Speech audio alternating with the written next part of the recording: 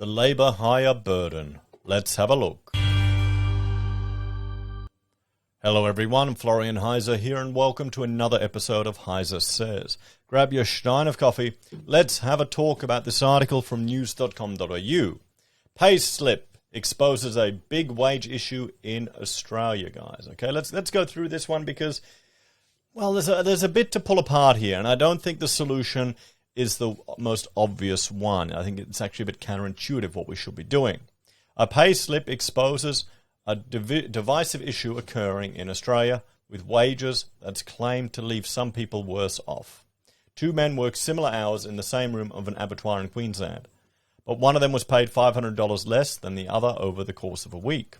The pay slips from two boners working at Australian Country Choice in Brisbane's eastern suburbs in February exposes a divisive pay issue in Australia, the use of labour hire companies, which the federal opposition claims exploits casual workers, but the government says is crucial to business.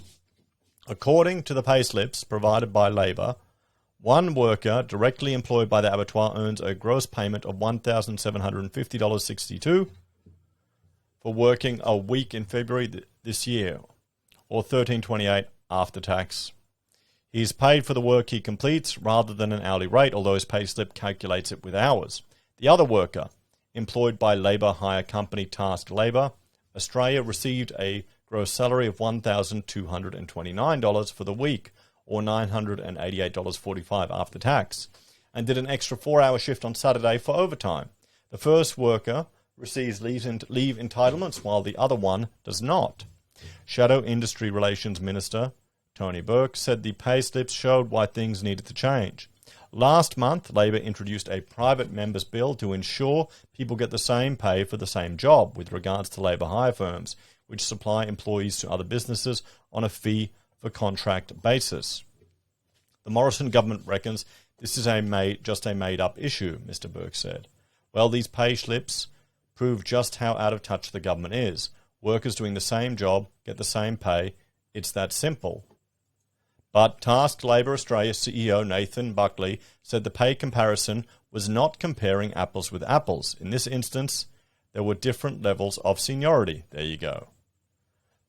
This is the thing, that Labor will always paint it in a particular way, and so will Liberal. The politicians will paint things in a particular way for their ideological position. Now, I'm not a big fan of labour hire companies, but you know why they exist.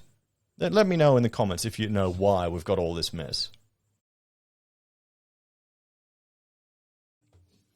The reason is because hiring and firing is a pain in the ass. It's very difficult to get rid of someone who's terrible. If you want to get rid of the need for labour hire companies, make it easier to terminate people. Not 3 warnings, not jump through a hoop, not dance around people's feelings, but make it easier to terminate people, and then there'll be more incentive to hire people directly. If you can get rid of all of the burden of dealing with these labour hire companies, wouldn't you? Because that's the thing. That's why they're doing it, so they can terminate people if they need to. A lot easier. See, this is the problem. You've got full-time workers, the more senior ones that have the better terms and conditions, and the other ones coming in, they don't get the same. It's almost like a generational thing. Almost similar to what we've seen with housing. Previous generations get all these perks and privileges. Newer generations don't. Wonder why. The employee in question graduated through a series of higher pay rates after the date mentioned and then transitioned over to the host employer, he said. Well, there you go. So it's a nothing issue. It's just what you have to do to... Maybe this is how you get a foot in the door. Because the company doesn't... This is the thing. The companies don't want to risk taking on these people anymore because it's such a hassle to get rid of them. And if you haven't been in a situation where you've actually ever employed someone and you're naively saying just hire better, you don't get it. Okay? You can't really have an educated opinion on this because you don't have the experience. Our job is to work with them on the chain and get these skilled workers trained up and hand them over to the site. In that instance, that's important because they are not a transient worker. They're the kind of skilled people you want to hang on to. But he said labour hire played an important role in sourcing workers to fill periods of high demand using a general example of Christmas when lots of people buy hams. But then there are seasonal roles, especially in COVID. It's very difficult to find staff, he said. We're obsessed with doing the right thing. Our whole business is built on integrity because that's the new norm in the industry. He said they offered to audit salaries on a weekly basis to check that superannuation and other entitlements were being paid correctly. Australian Country Choice said it was unable to comment on this individual matter due to privacy reasons. A spokesperson said that they ensured all labour hire providers were registered and met all employment obligations. He said they needed some of their workforce to be flexible due to fluctuations in the market outside of their control. We currently employ over 1,100 staff across multiple operations throughout Queensland as part of our vertically integrated beef supply chain, he said. The livestock and beef industry has a long history of being volatile, subject to variable weather, currency fluctuations, and livestock availability. Consumer preference also means that our customer demand can vary markedly. When introducing the private members bill last month, opposition leader Anthony Albanese said that many labour hire firms operated fairly and existed for a good reason. But he said there were some that were unscrupulous. Well, not the example that you gave. We will legislate to ensure... What about all the coal labour hire firms owned by, was it relatives of union members? You know, all the mess they did there. Anyway, breaching all the bloody workplace acts you put in place. We will legislate to ensure that workers employed through a labour hire company do not receive less pay than workers employed directly, he said. The use of temporary labour hire to help employers manage increased demand during surge periods or replace absent workers has been around for decades. This bill will not disturb that business model, he said. But this new business model that has been adopted under this government has distorted the labour market and undermined enterprise bargaining. We will crack down on companies trying to circumvent their obligations to pay their workers directly.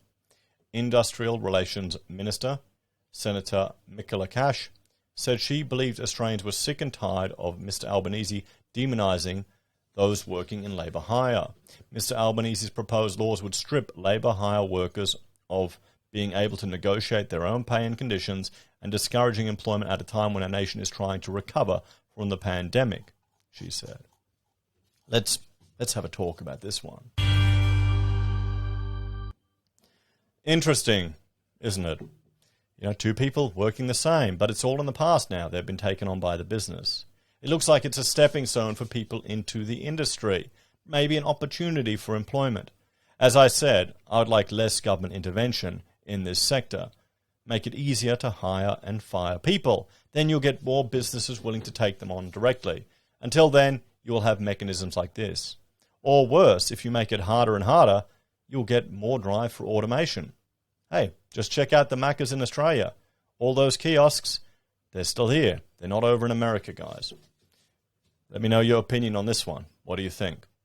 Anyway, thanks for watching, and check out this video about, well, who is earning $3,000 per week? Is it people in labour hire, or which jobs is it?